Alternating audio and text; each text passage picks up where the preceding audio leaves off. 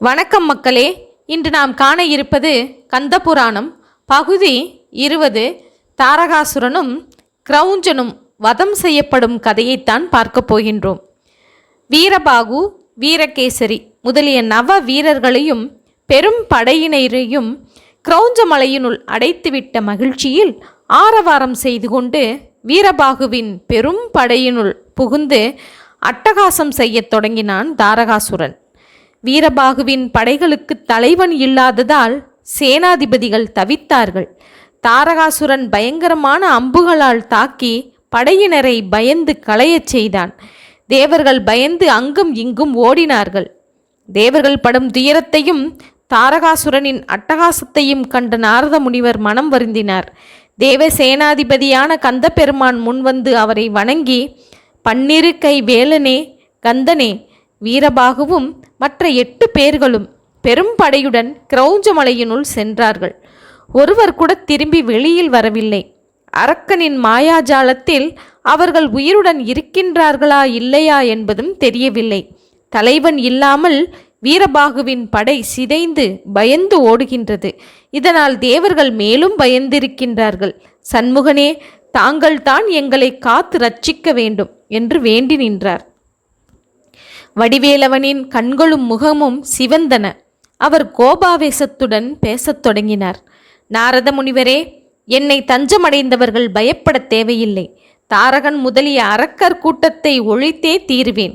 என்னை வணங்கி வருபவர்களுக்கு ஒரு தீங்கும் நேராது.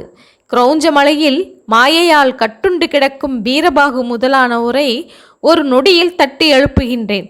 கொடிய அரக்கனான தாரகனையும் ஒழித்து கிரௌஞ்சமலையையும் நாசம் செய்கின்றேன். கவலை வேண்டாம் என்று கூறிவிட்டு வாயுதேவனிடம் குதிரைகளை ரதத்தில் பூட்டி ரத சாரத்தியத்தில் அவன் திறமையை காட்டச் சொன்னார் முருகன். இதன் மத்தியில் தாரகாசுரன் தனது ஒற்றர்களில் ஒருவனை அனுப்பி சிறு பாலகனாகவும் பெரும் அழகனாகவும் படைகளின் சேனாதிபதி போன்றும் விளங்கி போர் முனைக்கு வந்திருப்பவனை பற்றி விவரமறிந்து வரச் சொல்லி அனுப்பினான். ஒற்றனோ திறமையானவன். வெகு விரைவிலே எல்லா விவரங்களையும் சேகரித்து கொண்டு திரும்பி வந்தான். தாரகாசுரனிடம் சொல்லத் தொடங்கினான். பரமேஸ்வரரின் புதல்வன் தான் அந்த பாலகன். பெயர் கந்தன். அகிலாண்ட நாயகனான பரமேஸ்வரின் புதல்வன். தோற்றத்தில் பாலகனானாலும் வீரம் மிக்கவன். ஒருவராலும் வெற்றி கொள்ள முடியாதவன் என்று விவரம் கூறினான். உடனே தாரகாசுரன் தேர் மீது ஏறி அந்த சுப்பிரமணியர் தேர் முன் கொண்டு வந்து நிறுத்தச் சொன்னான். சாரது அப்படியே செய்ததும் சுப்பிரமணியருடைய அழகிய தோற்றத்தையும் அவருடைய கைகளில் உள்ள படைக்கருவிகளையும் கண்டு திகைத்தான். பிறகு முருகனை நோக்கிச் சொன்னான். முருகா, உலகத்தில் தேவர்களும் பிரம்மா, விஷ்ணு ஆகியோரும் எங்களுடைய ஜென்ம விரோதிகள். மகேஸ்வரரோ அவரது பிள்ளைகளோ எங்களுக்கு நண்பர்களே. இந்த நிலையில் தாங்கள் எங்கள் மீது போர் தொடுக்க காரணம் என்ன என்று கேட்டான். தாரகானே, எமது தந்தையார் ஆதியில் அவரால் தோற்றுவிக்க வேதங்களின்படி முறையாக அகிலம் நடைபெற தேவர்களையும் மற்றவர்களையும் நியமித்தார். அவர்கள் ஒருவர் செய்த நன்மை தீமைகளுக்கேற்ப பரிசையும் தண்டனையையும் வழங்கி வருகின்றார். அவர்கள் தங்கள் கடமைகளை சரிவர செய்ய முடியாமல் தடுத்து துன்புறுத்தி வருகின்றாய் நீ. அவர்களுக்கு தொல்லையும் கொடுக்கின்றாய். உன்னை ஒடுக்கி தேவர்கள் தங்கள் கடமையை செய்ய வழிவகுக்கவே வந்திருக்கின்றேன் என்று மொழிந்தார் குமரன். பச்சிலம் குழந்தையே, மகாவிஷ்ணுவே என்னிடம் தோற்று ஓடிப்போய் விட்டார். இந்திரனோ இருந்த இடம் தெரியாமல் ஓடி ஒளிகின்றான். உன்னால் என்னை ஜெயிக்க முடியும் என்று நம்புகின்றாயா? வீணாக உன் பூதப்படையையும் அழித்து கொண்டு உன்னையும் இழந்து விடாதே. பேசாமல் போய் தந்தையாருடன் அமர்ந்துகொள் என்று ஏளனமாகவும் கர்வத்துடனும் சொன்னான் தாரகாசுரன். தாரகா, வீண் பேச்சு எதற்கு? போர்க்களத்திற்கு வந்த பிறகு உறவு முறை, பரம்பரை, பாத்தியமெல்லாம் எதற்கு? உன்னையும் மாயாஜால கிரௌஞ்சமலையையும் ஒரு நொடிப்பொழுதில் ஒழிக்கின்றேன் என்றார் சண்முகர். தாரகாசுரனால் அதற்கு மேல் பேச முடியவில்லை. வாளெடுத்து போர் தொடுக்க முயன்றான். பின்னர் வில்லை எடுத்து 1000 அஸ்திரங்களை ஒரே சமயத்தில் எய்தான். அஸ்திரங்கள் அனைத்தும் குமரனை அடைந்ததும் வலம் வந்து அவனது பாதங்களில் விழுந்தன. முருகன் பயங்கரமான அம்புகளை விட்டு தாரகனின் உடலை துளைக்கச் செய்தார். உடல் முழுவதும் அம்பு பாய்ந்தும் தாரகன் சோர்வடையவில்லை, பயப்படவும் இல்லை. முன்னிலும் உற்சாகமாக பல 1000 பானங்களை விட்டான். போர் மும்முரமாக நடந்தது. தாரகாசுரன் தனக்கு உதவ கிரௌஞ்சனையும் அழைத்தான். கிரௌஞ்சன் தன் மாயையினால் பல மலைகளாக தோன்றினான். தாரகாசுரன் மலைக்கு மலை தாவி தாவி போர் புரிந்தான். பலவித பானங்களையும் எய்தான். தன் மாயையால் அஷ்டதிக்கு யானைகளைப் போல் உருமாறினான் தாரகன்.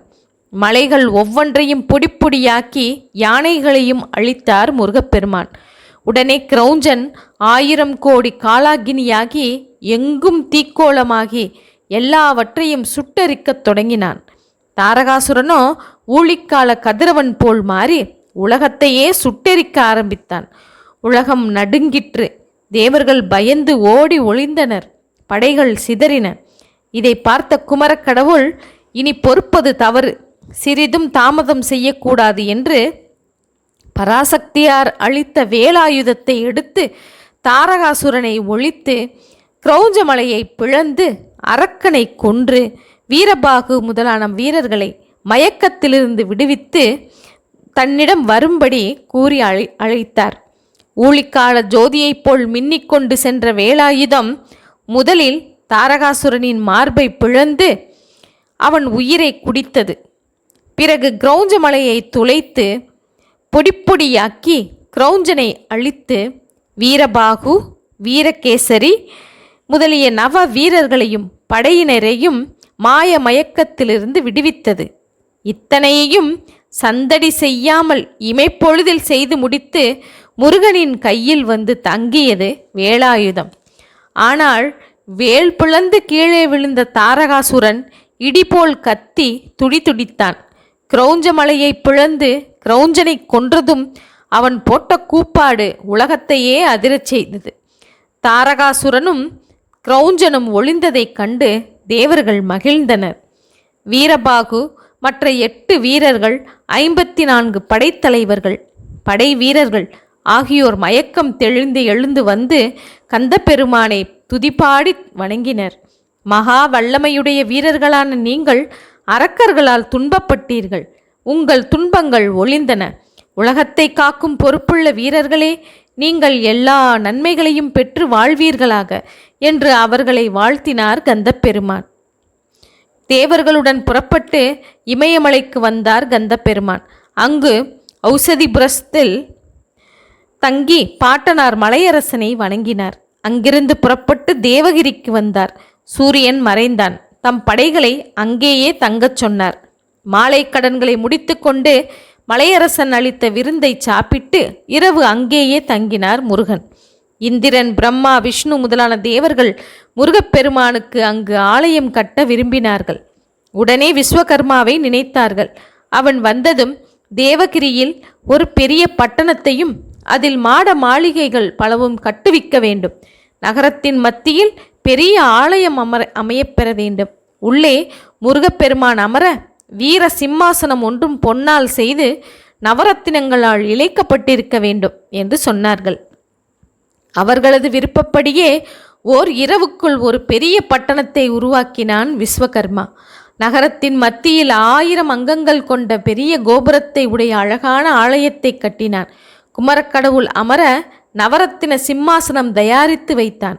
மறுநாள் பொழுது விடிந்ததும் குமரக்கடவுளை இந்திராதி தேவர்களும் முனிவர்களும் வணங்கி தேவகிரி ஆலயத்தில் எழுந்தருளும்படி கேட்டுக்கொண்டனர்.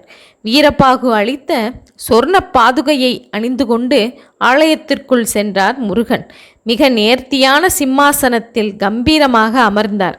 தேவர்கள் அவரை பூஜித்து வணங்கினார்கள். அன்று முதல் தேவகிரியை தம் வாசஸ்தலமாக கொண்டு வர தொடங்கினார் கந்தப்பெருமான்.